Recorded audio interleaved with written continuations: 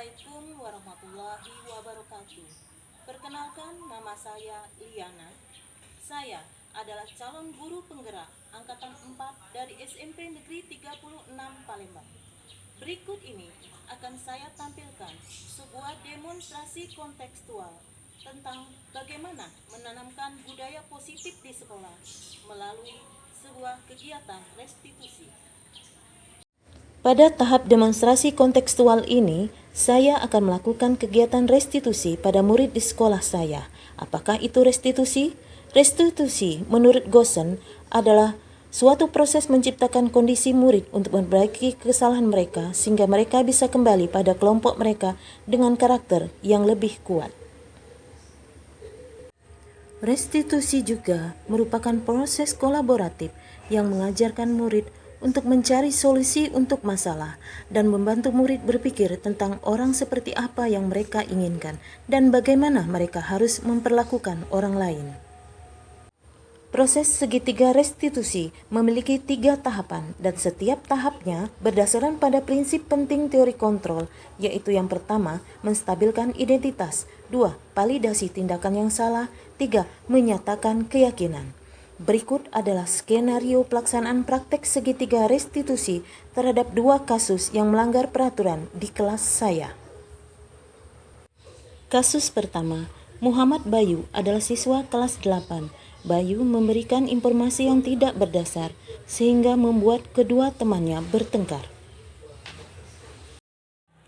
Assalamualaikum. Waalaikumsalam. Bayu Rizky ya? Silakan duduk. Bayu tadi dari mana? Bayu dari mana? Dari kelas ya? Bayu rumahnya di mana? Jalan Kemasindo, berarti dekat-dekat sini ya. Bayu berapa bersaudara? 2 bersaudara. Ada kakak, ada adik? Kakak. Ada kakak. Oh, berarti Bayu yang bungsu ya? Ibu dan ayahnya ada di rumah? Ada. Oke. Bayu tahu kenapa Bayu ibu panggil ke ruangan ini? Kenapa Bayu?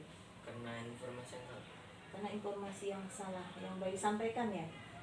Akibat dari informasi yang salah itu apa? Kami bertengkar. Jadi temannya bertengkar. Jadi karena bertengkar, jadi kelasnya jadi tidak nyaman pastinya kan. Nah, jadi Bayu kira-kira nih Bu tanya, mengapa Bayu melakukan itu? Nah, Karena teman saya juga melakukan hal yang sama. oh, berarti Bayu pernah juga mereka bohongi. Jadi Bayu membalas gitu. Ya. Ya, tidak apa-apa nak ya. Jadi Ibu tidak mengatakan bahwa kita itu tidak boleh salah. Yang namanya manusia itu pasti tak luput dari salah. Namun setelah kita melakukan salah, kita mengoreksi diri apakah kita itu perbuatan yang kita lakukan benar atau tidak. Kita menyadari lalu memperbaikinya. Itu yang lebih baik nak ya. Nah, Bayu masih ingat kesepakatan kelas yang telah kita sepakati terdahulu, kira-kira apa saja nak? Ya, coba sebutkan. Kelas kami nyaman, kami saling sayang, Ya. kami peduli, kami bertanggung jawab, Ya. kami semangat dalam belajar. Oke. Nah, Bayu kan sudah tahu nih. Apakah Bayu yakin nih sama kesepakatan yang sudah kita buat? Yakin? Yakin. Bayu menyadari tidak bahwa perbuatan Bayu dengan menyampaikan informasi yang salah, yang tidak berdasar sehingga teman Bayu menjadi bertengkar. Apakah Bayu merasa perbuatan Bayu itu benar? Salah. Salah, ya, perbuatan tidak benar. Berarti kalau Bayu merasa itu perbuatan tidak benar, apakah yang akan Bayu lakukan setelah ini? Meminta maaf. Meminta maaf sama temannya, ya. Jadi untuk kedepannya jangan lagi menyampaikan informasi yang salah nak. Kalau ada informasi itu kita harus selidiki dulu kebenarannya. Kalau kita langsung menyampaikan tanpa menyelidiki kebenaran dari informasi tersebut, ya ini jadinya teman kita jadi bertengkar sehingga kelas kita menjadi tidak nyaman. Nah, kalau Bayu sudah nantinya meminta maaf, berarti Bayu termasuk apa di dalam nilai kesepakatan kita? Kami saling sayang. Saling sayang dan bertanggung. jawab. Oke. Berarti Bayu anak yang bertanggung jawab. Jangan lagi nak ya. Oke. Sekarang Bayu silakan kembali kelas dan minta maaf pada temannya ya. Ya, silakan Bayu.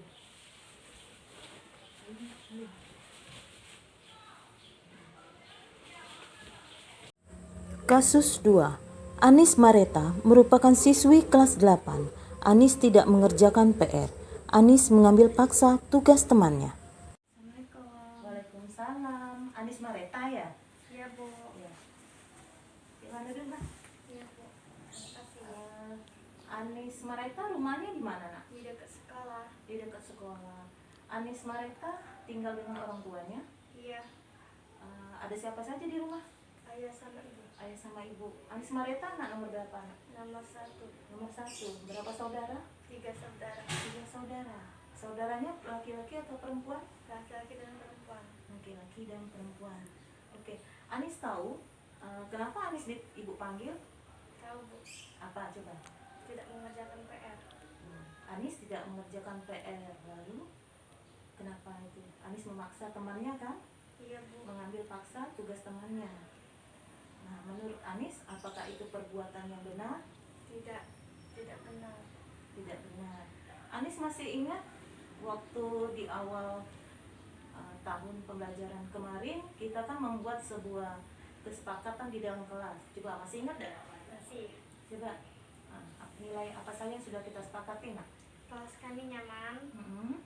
Kami peduli. Ya, Kami saling sayang. ya, Kami bertanggung jawab. nah, Kami disiplin. ya. Kami semangat dalam belajar. Oke. Nah, sekarang kalau yang Anis lakukan itu ada apa? Tidak mengerjakan tugas dan mengambil paksa tugas di teman Anis. Kata Anis tadi tidak salah. Artinya yang Anis lakukan tuh apakah bertanggung jawab atau tidak itu, Nak? Tidak bertanggung jawab. Tidak tanggung jawab dengan tugasnya. Oke. Yang Anis sebutkan tadi nilai kesepakatan yang sudah kita sepakati kan? Setelah Anis menyadari bahwa perbuatan itu salah, kira-kira apa yang akan Anis lakukan? Anis akan semangat belajar dan tidak akan diulangi lagi dalam menyontek dan memaksa teman. Anis sering melakukan itu? Baru 1 kali ini. Baru 1 kali ini. Oke. Kalau Anis mau memperbaiki kesalahan, tidak akan mencontek, berarti Anis termasuk salah satu di dalam nilai kelas. Apa itu berarti? Semangat belajar. Belajar dan Berdisiplin. berdisiplin dan tanggung jawab pastinya, ya. Baik Anis, kalau gitu jangan diulangi lagi, Nak ya, karena perbuatan itu tidaklah benar. Sebisa mungkin Anis harus menyempatkan waktunya untuk belajar di rumah dan lebih giat lagi dalam belajar, ya Nak ya. Ya. Sekarang Anis silakan kembali ke kelasnya, Nak. Waalaikumsalam. Melalui restitusi, ketika murid berbuat salah, guru akan menanggapi dengan cara yang memungkinkan murid untuk membuat evaluasi internal tentang apa yang dapat mereka lakukan untuk memperbaiki kesalahan mereka dan mendapatkan kembali harga dirinya. Restitusi menguntungkan korban, tetapi juga menguntungkan orang yang telah berbuat salah. Restitusi membantu murid menjadi lebih memiliki tujuan, disiplin positif, dan memulihkan dirinya setelah berbuat salah. Penekanannya bukanlah pada bagaimana berperilaku untuk menyenangkan orang lain atau menghindari ketidaknyamanan, namun tujuannya adalah menjadi orang yang menghargai nilai-nilai kebajikan yang mereka percayai. Demikian skenario pelaksanaan praktik segitiga restitusi terhadap 2 kasus yang melanggar peraturan di kelas saya. Terima kasih. Wassalamualaikum warahmatullahi wabarakatuh.